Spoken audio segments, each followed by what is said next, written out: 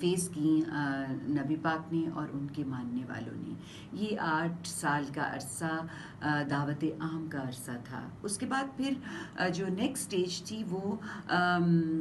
اتمام حجت کی تھی، جس میں کہ حق کو اس طرح واضح کر دیا کہ وہ ساری نشانیاں دکھا دی جس کے بعد اب انکار کی گنجائش نہیں تھی. لیکن استکبار کرنے والے اور کفر کرنے والے اور شرک کرنے والے متکبر اپنی اپنی روش پہ قائم رہے. تو پھر اس کے بعد یہ نیکسٹ جو مرحلہ شروع ہوا وہ ہجرت و برات کا مرحلہ تھا، یعنی ان کو ان کے حال پہ چھوڑ کے وہاں سے نکل جائیں. اللہ کی زمین جہاں پر ان کے لیے دین کو پریکٹس کرنا تنگ کر دیا گیا اور اپنی ہٹ دھرمی اور سرکشی کو کنٹرول کرنے سے انکار کر دیا گیا اور ان کے لیے زندگی تنگ کر دی گئی، تو ہجرت کے لیے حکم جو ہے وہ آ گیا. تو پھر بارات کا اعلان کر دیا گیا. بارات کا مطلب ہوتا ہے اعلان لا تعلقی، یعنی آپ یہ اعلان کر دیتے ہیں کہ اب یہ جن لوگوں کے ساتھ میں اتنی دیر تک زندگی گزار رہا تھا، یہ لوگ اور میرے درمیان ایک ہمیشہ کے لیے تعلق کا خاتمہ آ گیا. تو یہ ہجرت و برات ہوتا ہے. اس کے بعد پھر سزا اور جزا کا سلسلہ ہوتا ہے، جو کہ مدینہ میں داخل ہونے کے بعد، مدینہ میں سٹی اسٹیٹ قائم کرنے کے بعد اللہ کے نبی نے پھر ان اپنے فالوورز جو ان کے ساتھ ہجرت کر کے آئے تھے اور جنہوں نے مدینہ میں انہیں ویلکم کیا اور جو ان پہ ایمان لے کے آئے، ان سب نے ان کے ساتھ جہاد کر کے اپنی تلواروں کے ذریعے ان کے اوپر سزا کو نافذ کیا. تو یہ ڈفرینٹ سٹیپس تھے جن سے گزر کے نبی پاک نے انذار کیا، اور پھر اس کے بعد پوری جو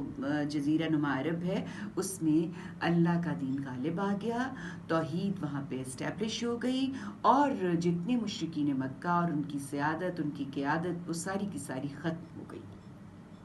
تو یہ سارا جو سورت ملک سے لے کے سورت اخلاص تک کی صورتیں ہیں، ان سب میں یہ سارے معاملات سٹیپ بائی سٹیپ، یعنی جو دعوت کے یا سرگزشتے انذار جو نبی پاک کی تھی، اس کا ہر سٹیپ اس میں بڑے واضح طریقے سے اللہ تعالیٰ نے بیان کیا، اور اس میں گائیڈ لائن بھی دی، اور نبی کو درمیان میں جن مسائل کو وہ فیس کر رہے تھے ان کے حوالے سے تسلی اور تشفی بھی دی، اور اس کے ساتھ ساتھ ان کے ساتھ التفات، محبت کا اظہار بھی کیا، اور ان کو تسلی کے ساتھ مسلسل اس بات کی طرف راغب کیا کہ اگر تم آخری فتح چاہتے ہو تو تمہیں جو کام کرنا ہے وہ کیا ہے؟ تم نے صبر کرنا ہے، تم نے نماز کا اہتمام کرنا ہے، تم نے ذکر یعنی استغفار بھی کرنا ہے، اور انفاق کرنا ہے اللہ کی راہ میں. یہ اگر 4 کام تم کرتے رہتے ہو تو آخری فتح یقینی ہے، جو کہ انہوں نے پالی، اور وہ انہی باتوں پہ جو اللہ تعالیٰ نے انہیں گائیڈ کی ان پہ چلتے ہوئے انہوں نے پائی. تو اگر ہم دیکھیں سورۃ اخلاص جو کہ پیور توحید کی بات کر رہا ہے نا، تو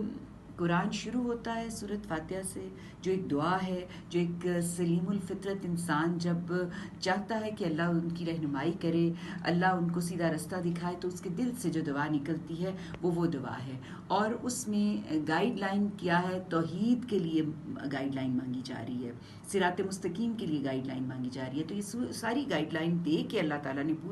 یہ جو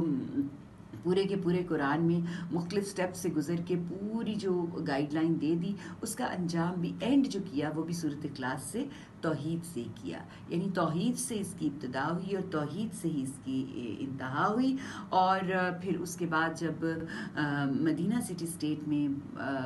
ہجرت ہو گئی اور وہاں پر اپنی اسٹیبلش کرنی شروع کی، ریاست مدینہ بنانے کا عمل شروع ہوا، تو اس میں پھر اللہ تعالیٰ نے فوری طور پر یہ 2 صورتیں اللہ کے رسول، اللہ کے ماننے والے جتنے اس وقت ایمان لے کے آئے تھے لوگ، ان سب کو اللہ تعالیٰ نے یہ 2 صورتیں تحفے کے طور پہ دیں کہ جو دنیاوی آفات جن میں وہ گھر سکتے ہیں، جو کہ جو حاسد ہیں، جو نہیں چاہتے تھے کہ یہ دین جو ہے وہ غالب رہے، ان کے حسد، ان آفات،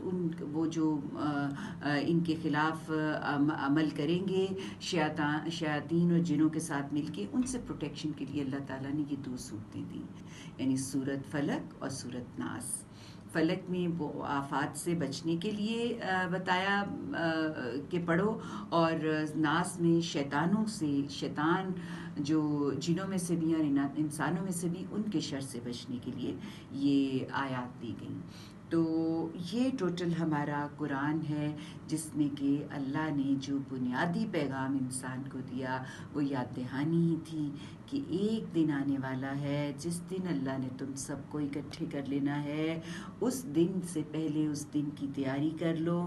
اور توحید کے اوپر کھڑے ہو جاؤ، اسی کے علم بردار بن جاؤ۔ توحید وہ واحد قلعہ ہے جس میں تم محفوظ ہوگے۔ توحید کے بغیر تم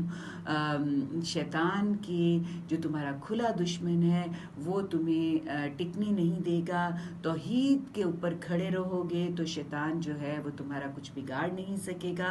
گویا یہ یاد دہانی جو کہ ہمیں آخرت میں کامیابی کی طرف لے کے جانے والی ہو، دنیا میں بھی ہمارے لیے کامیابی کا باعث ہو، یہ وہ یاد دہانی ہے۔ اور میں آج اللہ سے دعا گو ہوں کہ اللہ ہمیں توفیق دے کہ ہم قرآن کو پڑھیں، قرآن کو سمجھیں اور اس پہ عمل کریں، اور قرآن جو ہے اس کے ذریعے ہم اس دنیا میں بھی اپنے معاملات میں رہنمائی کا پائیں، اور آخرت میں بھی ہمارے لیے اس قرآن کے ذریعے اللہ تعالیٰ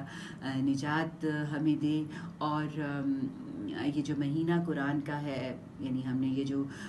رمضان پورے میں اس پورے قرآن کو سمجھنے کی ایک چھوٹی سی جو صحیح کی ہے، میری دعا ہے کہ اللہ اس کو قبول کرے، اور انشاءاللہ ہم اگلے رمضان میں پھر اس کو نئے سرے سے سمجھنے کے عمل سے گزریں گے۔ لیکن اس دوران میں سب اپنے ویورز جنہوں نے اس دوران اسے فالو کیا اور قرآن کو میرے ساتھ پڑھا اور سمجھا، میں ان سب کو یہ کہوں گی کہ ہم نے یہ مختصر سا ایک قرآن پاک کے حوالے سے جاننے کی صحیح کی تھی۔ آپ سب کو میری ریکویسٹ ہے کہ پورے سال اس صحیح کو جاری و ساری رکھیں، تھوڑا تھوڑا تھوڑا کر کے اس قرآن کے ساتھ لگے رہیں، چپکے رہیں، یاد رکھیں اس نے آپ کو آخرت میں نجات دلوانی ہے۔ اس کے ساتھ اپنا بھرپور تعلق رکھیں، یہ تعلق آپ کو خدا کے ساتھ تعلق میں باندھے گا۔ آپ کا یہ قرآن کے ساتھ آپ کا تعلق آپ کو نبی پاک کے ساتھ تعلق مضبوط کرنے کا باعث بنے گا۔ تو میری یہ دعا ہے کہ آپ سب قرآن کو سمجھیں، پڑھیں اور اس کو اپنی زندگی پہ لاگو کریں۔ انشاءاللہ اگلی دفعہ پھر ملاقات ہوگی، تب تک کے لیے اللہ نگہبان۔